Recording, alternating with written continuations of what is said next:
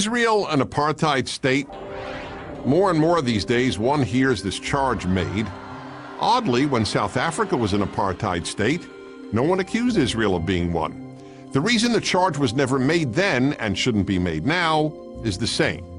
There's no truth to it. To those who know something about Israel or have just visited there once, the accusation is absurd, if not obscene. Indeed, it's a libel. But many people don't know very much about Israel, so let's respond to this accusation. First, what exactly is an apartheid state? And does Israel, or any one other country, fit that definition?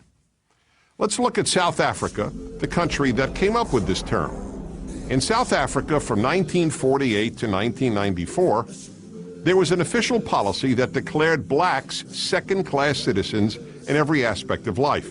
Blacks couldn't vote, couldn't hold political office, were forced to reside in certain locations, couldn't marry whites, couldn't even use the same public restrooms as whites.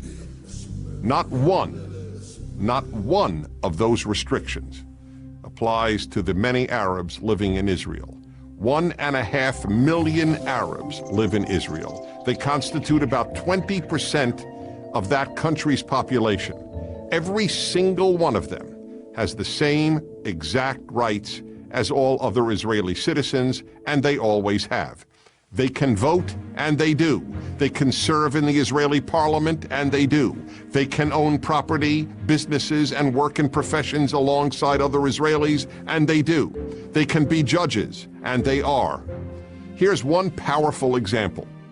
It was an Arab judge, who sentenced the former president of Israel to jail on a rape charge. And nobody batted an eyelash that an Arab judge would sentence a Jewish president to prison. Some other examples. Rita Mansour is the youngest ambassador in Israel's history. Walid Badir is an international soccer star on Israel's national team. Rana Raslan is the former Miss Israel. Ismail Khaldi was the deputy consul of Israel in San Francisco. Khaled Abu Tomei is a major journalist with the Jerusalem Post. Galeb Majadel was until recently a minister in the Israeli government. They are all Israeli Arabs, not one is a Jew. And how many people outside of Israel know that all the road signs in Israel, for example, are in English, Hebrew, and Arabic? Not only is Israel not an apartheid state, Arabs in Israel are freer than any Arabs in the Arab world. No Arab in any Arab country has the civil rights and personal liberty that Arabs in Israel have. That's because Israel is a pluralistic, liberal democracy, the only one in that part of the world. Now you might say, well, okay, Palestinians who live inside Israel have all these rights, but what about the Palestinians who live in what are commonly known as the occupied territories? Aren't they treated differently? Well, of course they are. Because they're not citizens of Israel. They are governed by either the Palestinian Authority or Hamas.